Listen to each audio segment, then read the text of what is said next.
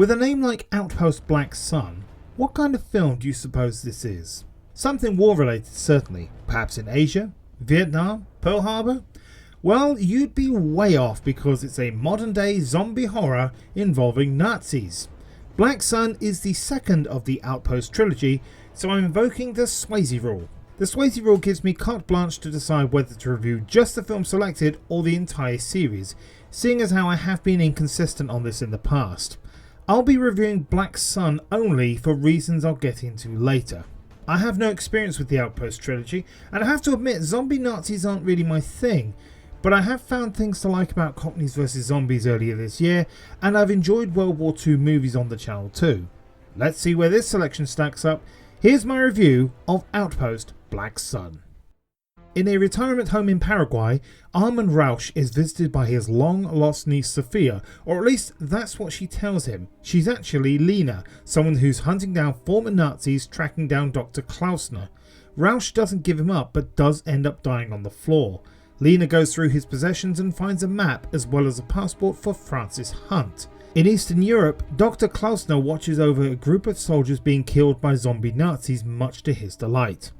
Days later, Lena has made it to Eastern Europe asking after Hunt, but instead meets with Wallace, who says that Hunt died. He shows footage of the zombie Nazis killing the soldiers and explains that the zombies only operate with an electromagnetic field which is growing day by day. The two head to the centre together with a view to find and kill Dr. Klausner, as well as stop the machine that's reanimating the Nazis. During their journey they go through one battle and reach the aftermath of another in a small village. There they are ambushed by a group of zombies but rescued by a British SAS group. However, they use up their one EMP and lose their engineer in the fight. The EMP allows the zombies to be killed, otherwise they're impervious to bullets.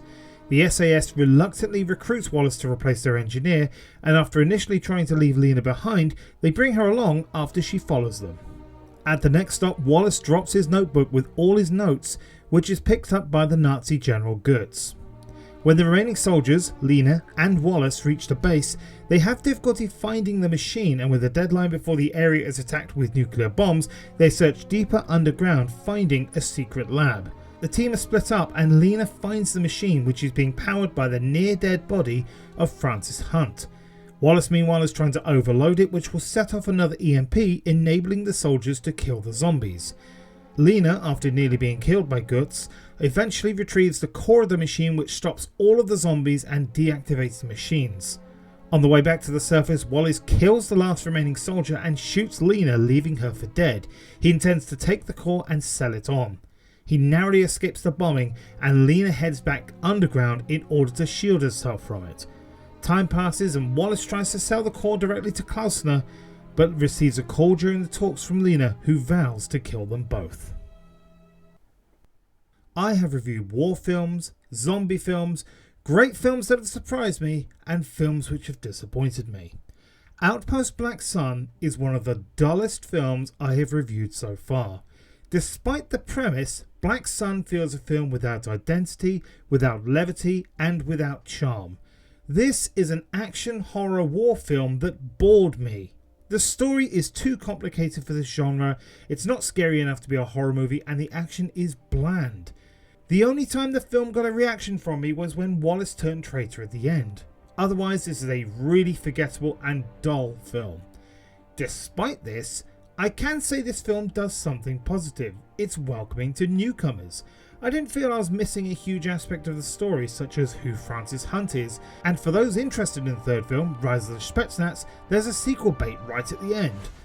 Doing a bit of research though, the third film is a prequel, and there's no fourth film in production, which means that the whole sequel bait remains unresolved.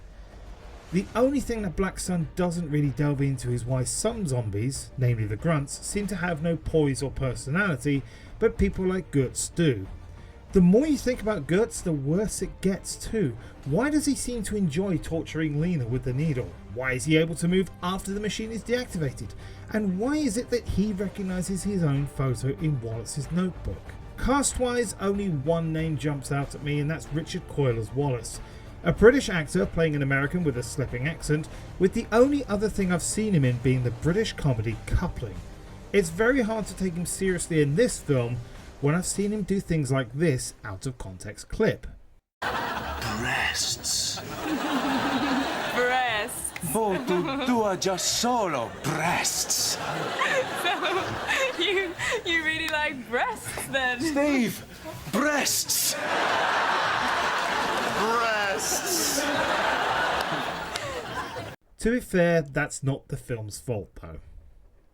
Otherwise, I really didn't feel like I connected with this one.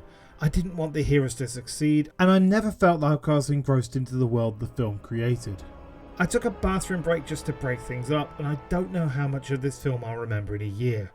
This is a visually ugly film too. Now I know I'm not one to talk, but things like electrical effects looking a bit cheap, but more so the green filter over most of the outdoor scenes, which is really distracting. I get this is a B movie with a lower budget, but it's still $3 million, and a filter doesn't cost anything extra.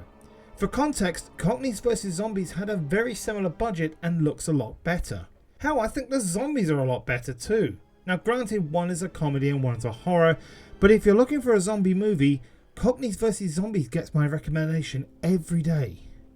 Black Sun is not something I can recommend, whether as a war film, a horror film, or even something as part of a trilogy given it's incomplete. I found Outpost Black Sun a dull, unenjoyable, ugly mess with very little to enjoy, and even then the biggest thing was the fact that Richard Coyle was in Coupling, a comedy series I will be watching again very shortly. Outpost was incredibly disappointing, and in my opinion, the series should remain dead. Thank you for watching this video. If you like what you see, please give this video a like and share it on social media. Maybe leave a comment below about what you thought of this video. And if you'd like to see more, please subscribe for more content. If you'd like to support me in other ways, you can buy merchandise at bradleyj.tmail.com, where you can buy t-shirts, tote bags and more.